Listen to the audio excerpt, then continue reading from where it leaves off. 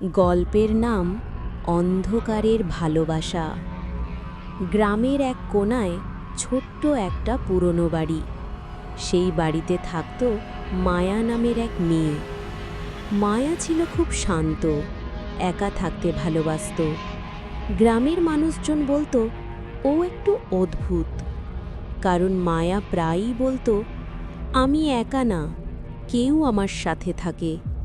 সবাই ভাবত ও মজা করছে, কিন্তু সত্যিটা ছিল ভয়ঙ্কর। একদিন রাতে ঠিক ৩টে বাজে মায়া ঘুম থেকে উঠে শুনতে পেল জানালার পাশে কারো ফিস ফিস আওয়াজ। মায়া মায়া ভয় পেল না, ধীরে ধীরে জানালার দিকে এগিয়ে গেল। হঠাৎ জানালার বাইরে একটা ছায়া দেখা গেল, কিন্তু সেটা মানুষ না। চোখ দুটো জ্বলজ্বল করছে, শরীর কুয়াশার মতো। তুমি কে? মায়া জিজ্ঞেস করল। ছায়াটা মৃদু হেসে বলল, আমি রিহান, আমি একজন জিন।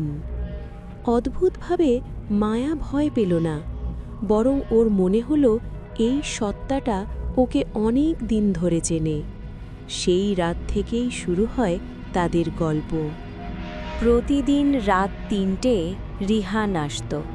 মায়ার সাথে কথা বলতো, গল্প করত, হাসাতো। দিনের বেলায় কেউ ছিল না, কিন্তু রাত হলেই মায়ার পৃথিবী বদলে যেত। ধীরে ধীরে মায়া রিহানের প্রেমে পড়ে যায়। একদিন মায়া বলল, তুমি কি আমাকে ভালোবাসো? রিহান কিছুক্ষণ চুপ করে থেকে বলল, আমাদের ভালোবাসা সম্ভব না, আমি মানুষ না। মায়া হাসল, ভালোবাসা কি মানুষ দেখে হয়? এই কথাটা রিহানকে ছুঁয়ে যায়। তারপর থেকে তাদের সম্পর্ক আরও গভীর হয়। কিন্তু গ্রামের লোকজন লক্ষ্য করতে শুরু করে মায়া দিন দিন দুর্বল হয়ে যাচ্ছে। চোখের নিচে কালি, খাওয়া দাওয়া কমে গেছে। মায়ের একদিন জোর করে দরজা খুলে দেখে মায়া একা বসে আছে, কিন্তু কথা বলছে কারোর সাথে। কার সাথে কথা বলছিস? মা চিৎকার করে ওঠে। মায়া শুধু বলে, ও এসেছে, কিন্তু কেউ ছিল না। পরের দিন একজন হুজুর ডাকা হয়। হুজুর ঘরে ঢুকেই থমকে যায়।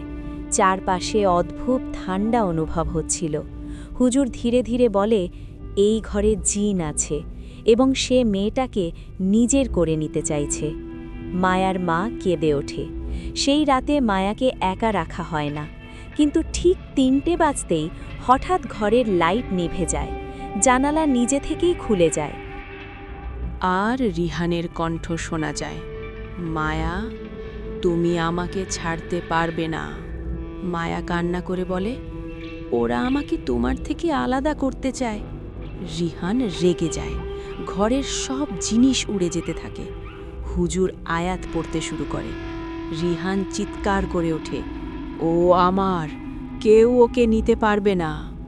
মায়া তখন দাঁড়িয়ে বলে, না, আমি ওর সাথে যেতে চাই।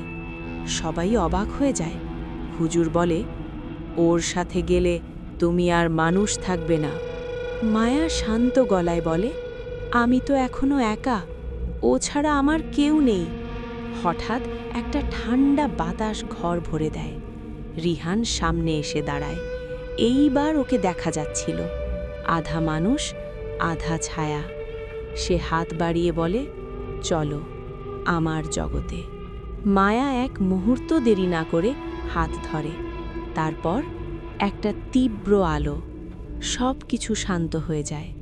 পরের মুহূর্তে মায়া নেই।